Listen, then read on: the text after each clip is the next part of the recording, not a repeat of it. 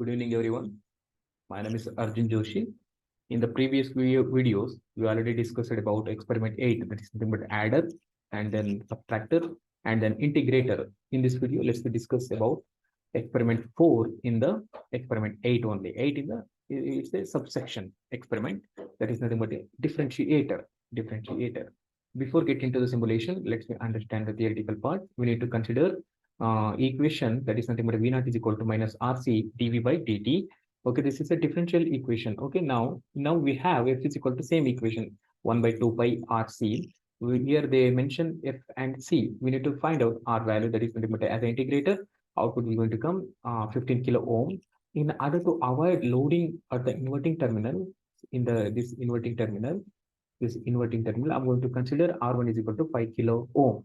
Without this 5.6, we didn't get expected output. So that's why I'm going to implement this resistance in the inverting terminal after the capacitor. Okay, these are all the values. F is equal to 1K, C is equal to 0.01 microfarad, R is equal to 15 kilo. I'm going to simulate this waveform, this circuit diagram in the multisim platform. This is nothing but we know function generator, capacitor, and then resistor, and then in the feedback here we need to connect feedback resistor. What is the difference between integrator and differentiator? Everything is remaining same, but here we need to interchange the capacitor and resistor. We need to change the resistor and capacitor place. Okay, here what is the capacitor is there here? We need to shift to the input, and then what is the resistor? What is the resistor value is there? We need to shift that one to the feedback part. Okay, yes. See here, but extra is I'm going to connect this resistor because of a loading problem in order to avoid the loading. Okay, and then measure, we can expect whenever we want to give sine wave, it will going to give cosine wave. This is the blue waveform is the input waveform, red waveform is the output waveform. And then whenever give triangular input, it will going to give spike output. Okay, let's be simulate in the multisim platform. This is nothing but our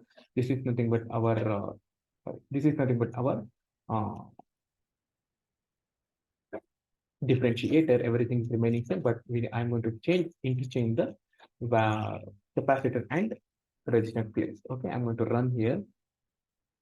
Input is same, 1 kilohertz and 2 volts peak to peak. Here I'm going to consider 1 volts peak, and then run. Yes, here I'm going to give pulse waveform or square waveform. So that's why I'm going to get spike. You can measure input and output here. Okay, 2 volts input, 2 volts peak to peak input, output is 815 millivolts. Okay, I'm going to consider yes sine wave and then run. What is the expected output waveform? Yes. Input is blue waveform, output is red waveform. Yes. Input is start from 0, output is start from minus in the minus section. So it is input is sine wave, output is cosine wave. Okay, this is how I'm going to get. Okay, you can change input as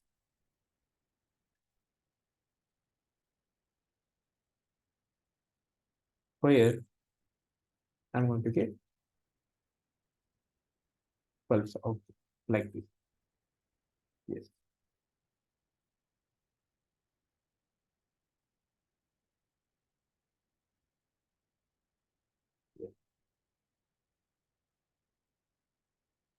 Okay, we can measure input and output to 41.8. It's okay. Thank you so much. This is how we need to simulate the differentiator in the multisim platform. Okay, thank you so much. Let's understand some more experiment in the future videos like filters.